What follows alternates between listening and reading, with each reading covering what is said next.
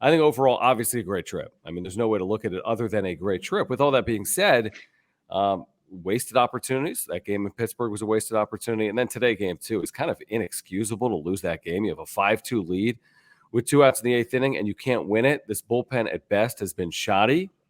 And I think that's the concern coming home, that this bullpen has not been as good as it needs to be for a team to compete and contend in this division for 162 games.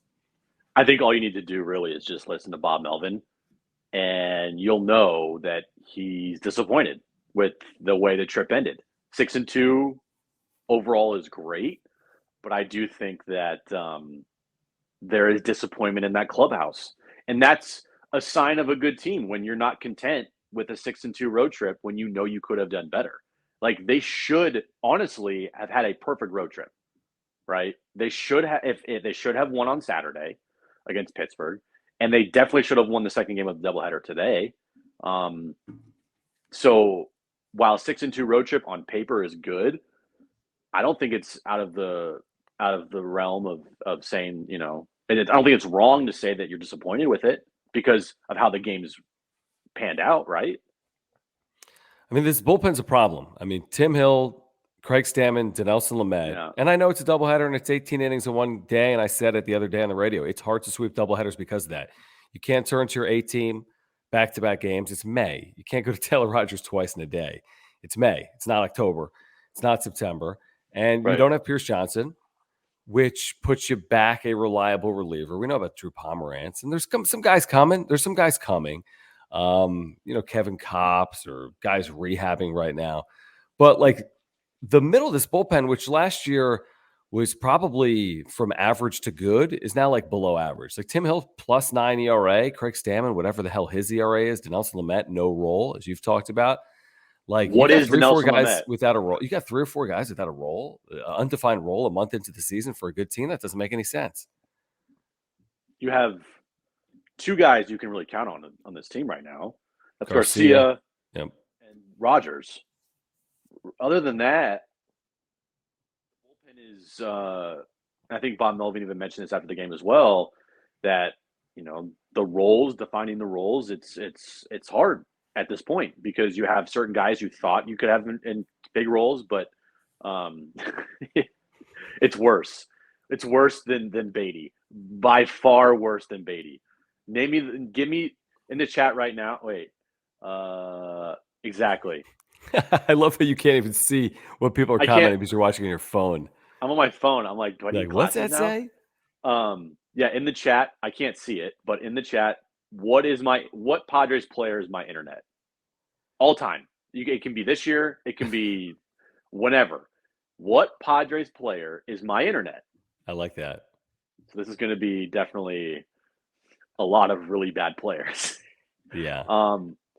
But yeah, it's the bullpen first and foremost. That is the main concern with this team right now. The offense actually did really well on this trip. I want to say they scored 5 runs in every game, John. Is that right? What did they do today? They won 5-4 and lost. What was the score of game 2? 6-5. That's crazy. They've scored 5 runs in every game of this road trip. Dude, this is the 4th best. I pulled it up today on Baseball Reference. Coming into the day, this is the 4th best offense in terms of runs per game in the big leagues. Runs per game. I mean, The offense has been good. Now, they're not facing good pitching by and large. They really haven't. But they've taken advantage of bad pitching.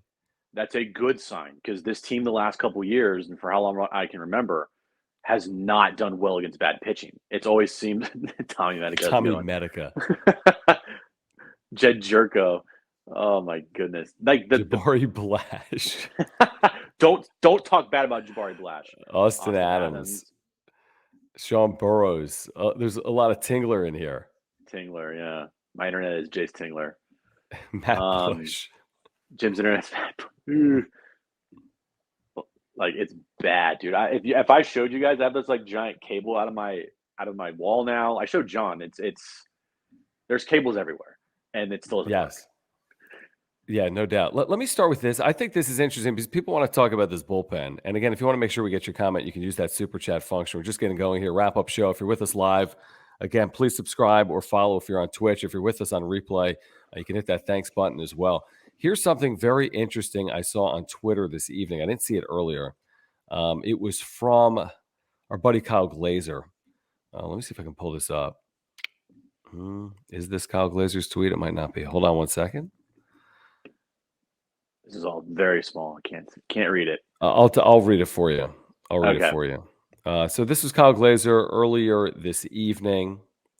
Let me find it real quick. Okay, here it is. I mean, this is interesting. It's gotten a good amount of traction. He says the Padres need a utility infielder in the worst way. Now, this doesn't really have to do with their bullpen, and Lamet continues to look very uncomfortable in relief. The Angels need a starter upgrade at the back of their rotation and have 3 to 5 different guys capable of filling a middle infield utility role. Needs align perfectly for a deal. I mean, that is fair. The bullpen is the primary concern for the Padres. They also could use someone because C.J. Abrams obviously isn't ready as of yet. And maybe the answer for Lamet is starting.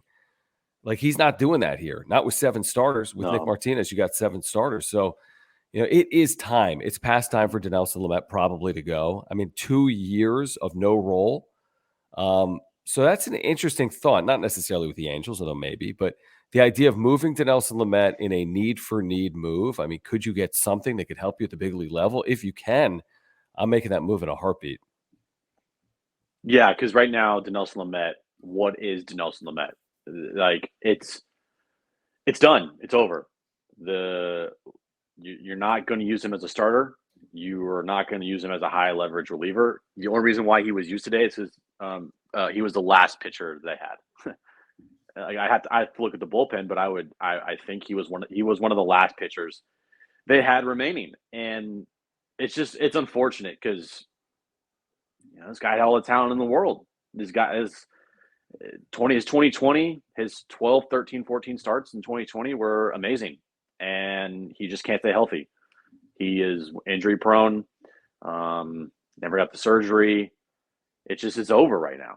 And so I'm with Kyle Glazer as far as trading him for a need. I don't know if their big need is a utility infielder at this point.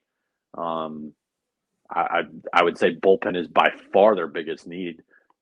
But if you can get somebody that can help you out in the infield, utility guy, like, I mean, you got to do it because you don't have any other option here, John. Right? Well, I agree. I mean, I would say this about the need for a utility infielder. The problem is their bench is so soft. You've got your second catcher who's done like nothing, Jorge Alfaro. Like your internet. You got the second catcher. Worse than soft. Yeah. You got Alfaro. You have Abrams. You've got Voit coming. Like, you don't. I saw a stat today that Alfaro has 24 strikeouts and 39 at bats this year. Yeah, something like that. Yeah, and not Abrams hasn't hit, and Voit hasn't hit. But I agree. The need obviously is in the bullpen.